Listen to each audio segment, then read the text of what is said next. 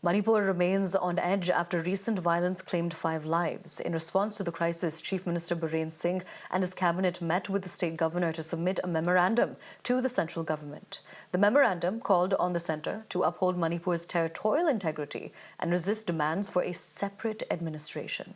It also requested the revocation of the Suspension of Operations Agreement, which is a 2008 ceasefire pact involving the centre, the Manipur government, and 2 militant groups. Now, additionally, Chief Minister Biren Singh also emphasized the need for decisive action from the centre to help maintain state unity and state government in Manipur with adequate authority to manage the situation. Meanwhile, all educational institutions in Manipur will remain closed on 9th and 10th of September as the situation still remains volatile. Now, this is the latest in connection with what is taking place in the northeastern state of Manipur. Remember, violence has been witnessed sporadically since it first broke out in May of last year itself. But when it comes to the recent developments over the past 24 hours itself, the Chief Minister Biren Singh had led a delegation of state officials to the governor's residence and essentially submitted a memorandum via essentially giving communication to the centre via the governor itself. Now, as per the initial details which have been accessed, there are some key points in the memorandum which has called on the central government to uphold Manipur's territorial integrity and resist demands for a separate administration.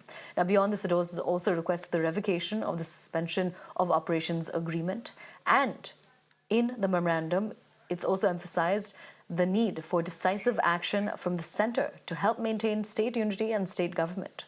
We're crossing over to my colleague Priyank to get us more on this. Priyank, as far as the initial information about the memorandum is concerned, one key point is that the Chief Minister is seeking adequate authority to manage the situation. How can we understand this particular point? Yeah, Aisha, over the period of the last 15 months, the tension has already been escalating in this area.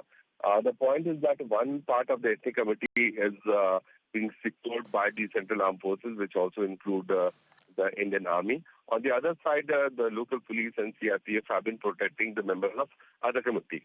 It's a known fact that local militia has been playing a very dominating role.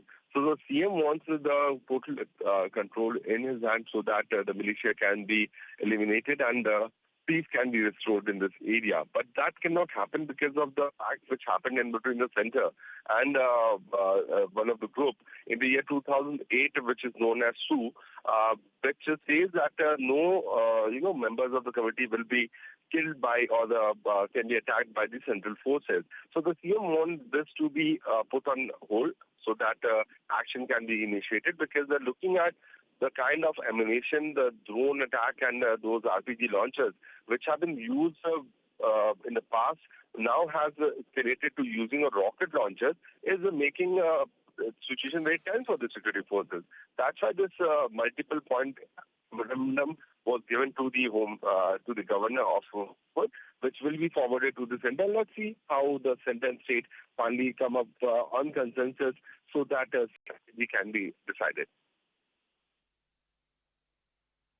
All right, Priyank, thank you so much for joining us. You are tracking the developments in Imphal as we speak. I will continue to return to my colleague Priyank to get us more details, especially now that the memorandum has been submitted. But shifting focus now.